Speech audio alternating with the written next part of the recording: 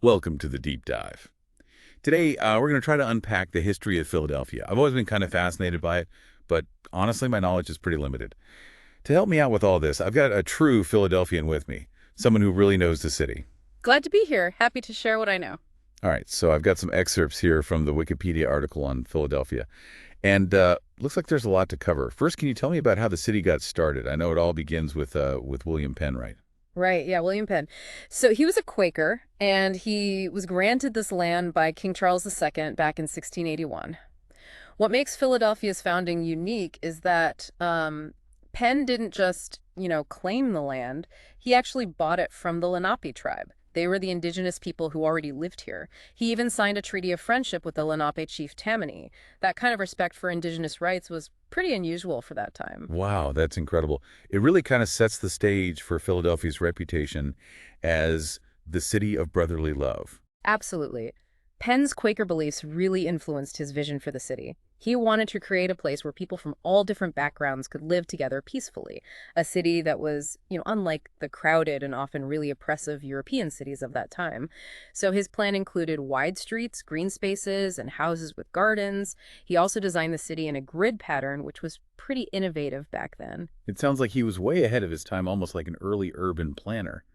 Did his vision for Philadelphia actually come to be? Well, it's kind of mixed bag. The grid pattern definitely stuck, and Philadelphia still benefits from those wide streets today. But as the city grew, people started building those iconic row houses, attached homes. They did this to accommodate the growing population. So that practicality led to a more densely populated cityscape than Penn had originally imagined. So the city sort of evolved organically, even if it strayed a bit from the original plan. Let's move on to a pivotal time in Philadelphia's history, the American Revolution. What's Philadelphia's role in this monumental event? Well, Philadelphia was at the heart of the American Revolution. The First and Second Continental Congresses met here. Those were gatherings of delegates from the 13 colonies. They basically governed during the Revolution. Philadelphia was even the temporary capital of the newly formed nation. Wow, so this is where some of the biggest decisions in American history were made. Exactly. And of course, the Declaration of Independence was signed right here in Philadelphia at Independence Hall. And then there's the story of the Liberty Bell being hidden from the British during the war. I remember learning about that in school. Right. It was a time of great uncertainty and risk. So to protect the Liberty Bell from being melted down and used for ammunition by the British, it was secretly moved to Allentown and hidden under the floorboards of a church. Wow. I can't imagine what it must have been like to live through that. It was definitely a defining era for Philadelphia and for the whole country. But even though it was this hotbed of revolutionary fervor, there was also a darker side to this period.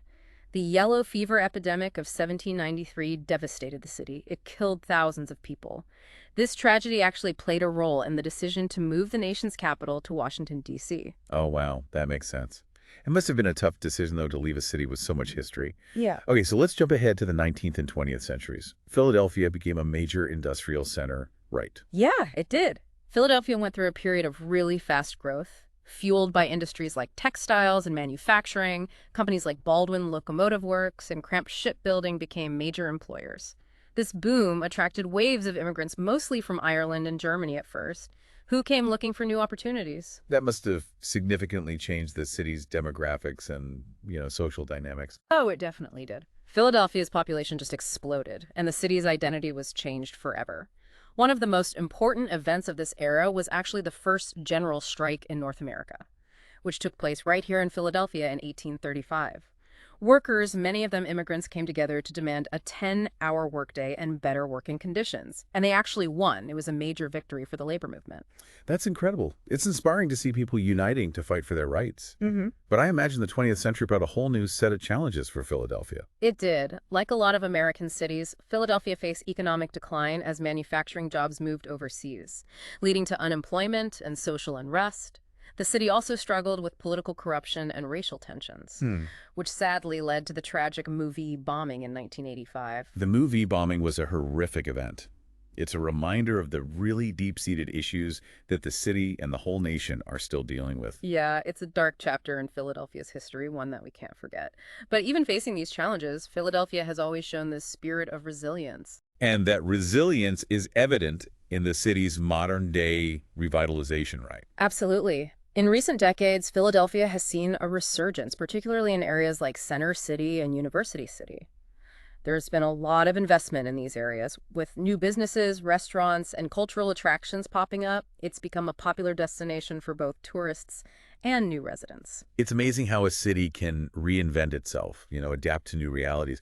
But I know that revitalization often comes with its own set of problems like gentrification. Right. While the revitalization has brought positive changes, it's also led to rising housing costs, which can displace longtime residents. Philadelphia, like many cities, is trying to find that balance between progress and inclusivity. It's a complex problem for sure. So I'm curious to learn more about how Philadelphia is dealing with this challenge.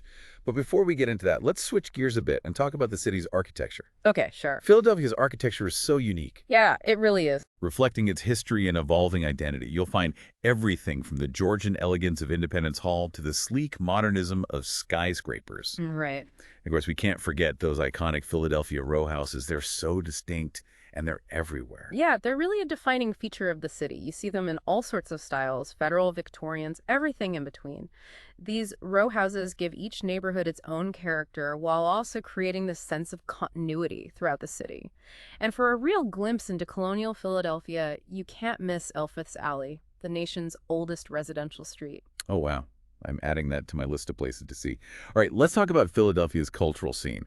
The city has contributed so much to American music, from American Bandstand to Philly soul. Music is a huge part of Philadelphia's culture. Dick Clark's American Bandstand was filmed here for years. It played a major role in shaping American pop culture, especially for teenagers. It launched the careers of so many musical legends, and it made Philadelphia synonymous with youth culture and music trends. And Philly soul, that smooth, soulful sound, is legendary. Yeah. Philly soul is a testament to the city's creativity and musical depth. It's a genre that blends rhythm and blues, doo-wop, and gospel influences. It's music with heart and soul, just like the city itself. Speaking of soul, we can't forget that distinctive Philadelphia accent. It's one of the most recognizable accents in the country. Yeah, it's pretty unique. You can hear those Irish, Italian, African-American, and even Yiddish influences all mixed together. It's part of what makes Philly so special. And then there's the slang. I came across the word John in the Wikipedia article. What exactly is a John? Ah, the John. Classic Philly slang. It's a really versatile word. It can mean just about anything, depending on the context. You'll hear people use it to refer to a person, a place, or even an abstract idea. It's all about understanding the situation and the speaker's tone. Okay, I'm going to have to try to work John into my vocabulary. I'll probably need some practice, though, to use it. Or you'll get it. But before we get sidetracked by Philly slang, we should definitely talk about sports. Philadelphians are known for their die-hard sports fandom, aren't they? I've heard stories about how passionate, some might even say intense, Philly fans can be. The Eagles' Super Bowl win a few years ago must have been quite a celebration. It was unforgettable for the city. Sports are more than just games here. They're a shared experience, a source of pride, and sometimes even a bit of heartbreak.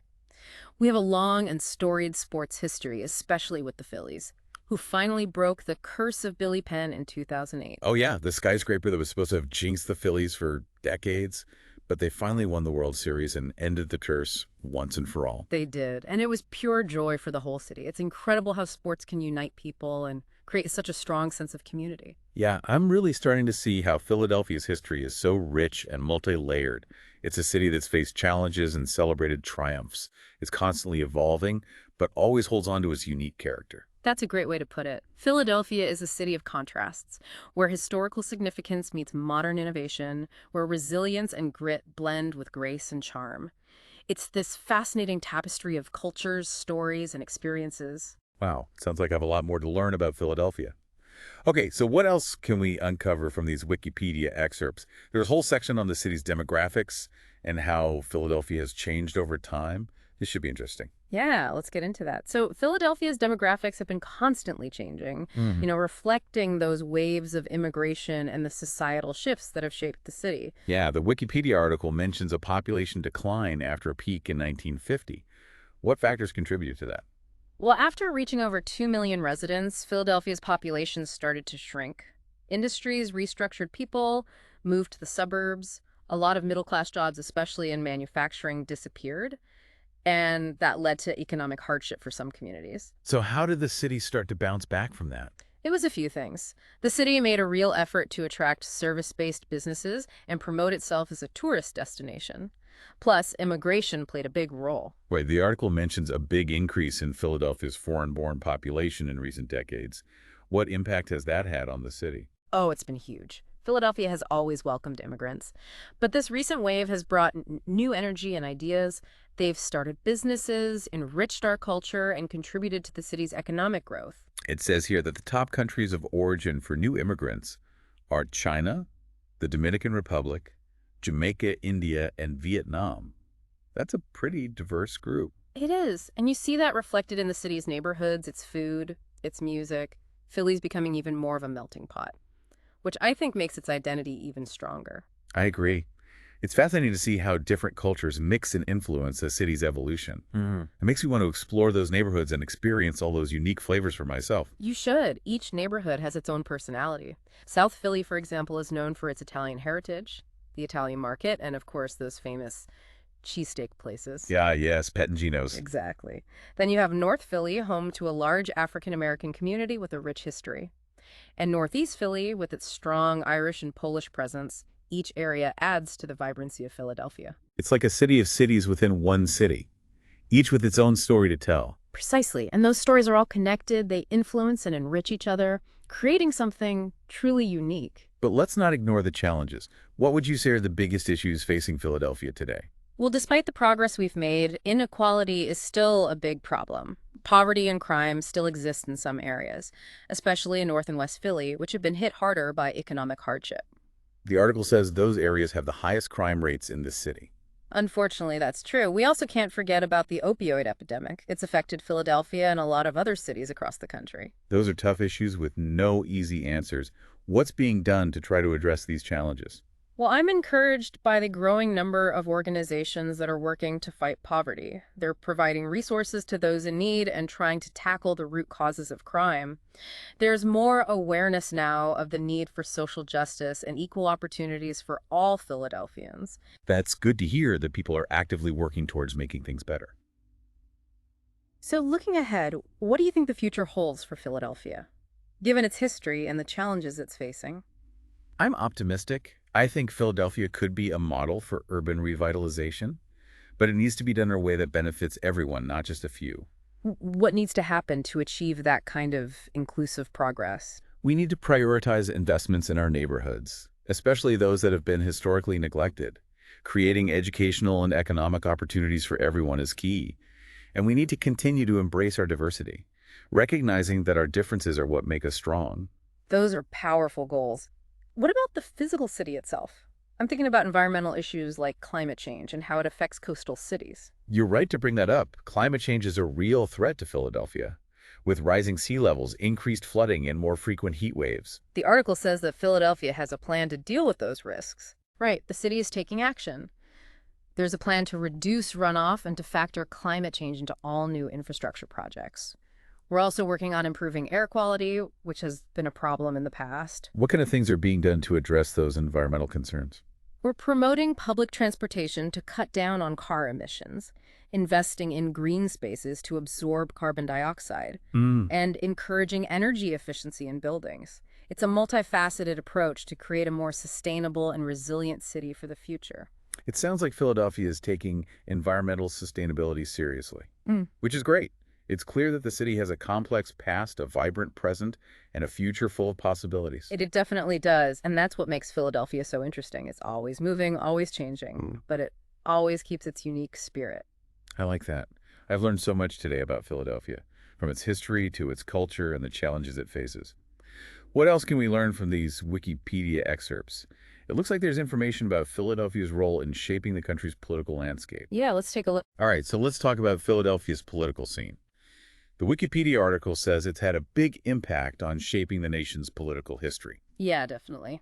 From its early ideas about brotherly love and tolerance to its key role in the American Revolution, Philadelphia has always been a center of political debate.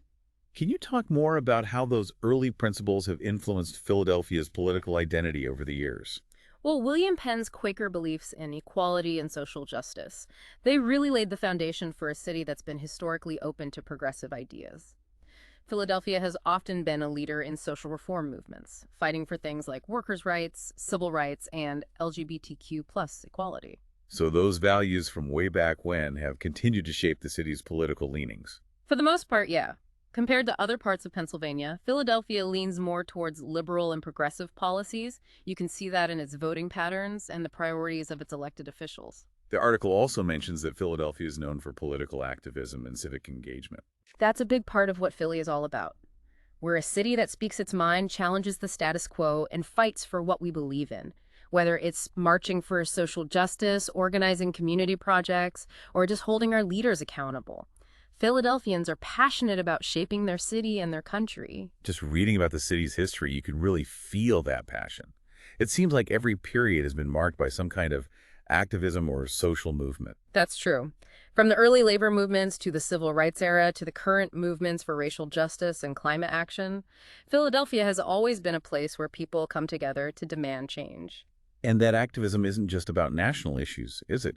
It seems like people in Philadelphia are just as involved in shaping their local communities. Absolutely. We have a strong tradition of neighborhood activism and getting involved in local issues. People really care about their communities and they actively work to make them better. Whether it's pushing for better schools, safer streets, or better public services, Philadelphians are always striving to create a more just and equitable city. This has been such an amazing journey, learning about Philadelphia's history and culture. I have a much deeper appreciation for the city now, for its complexity, its resilience, and its enduring spirit of brotherly love. I'm glad to hear that. Philadelphia is a city that gets under your skin. You know, once you feel its energy, experience its history, and feel its heart, it stays with you. I think you're right. Thank you so much for guiding us through this deep dive into Philadelphia. You've shared so much knowledge and insight that's really brought the city to life for me. My pleasure. Philadelphia is a city full of stories just waiting to be discovered. And to our listeners, we encourage you to keep exploring Philadelphia. Uncover its hidden treasures and see its unique charm for yourselves. Until next time, keep diving deep.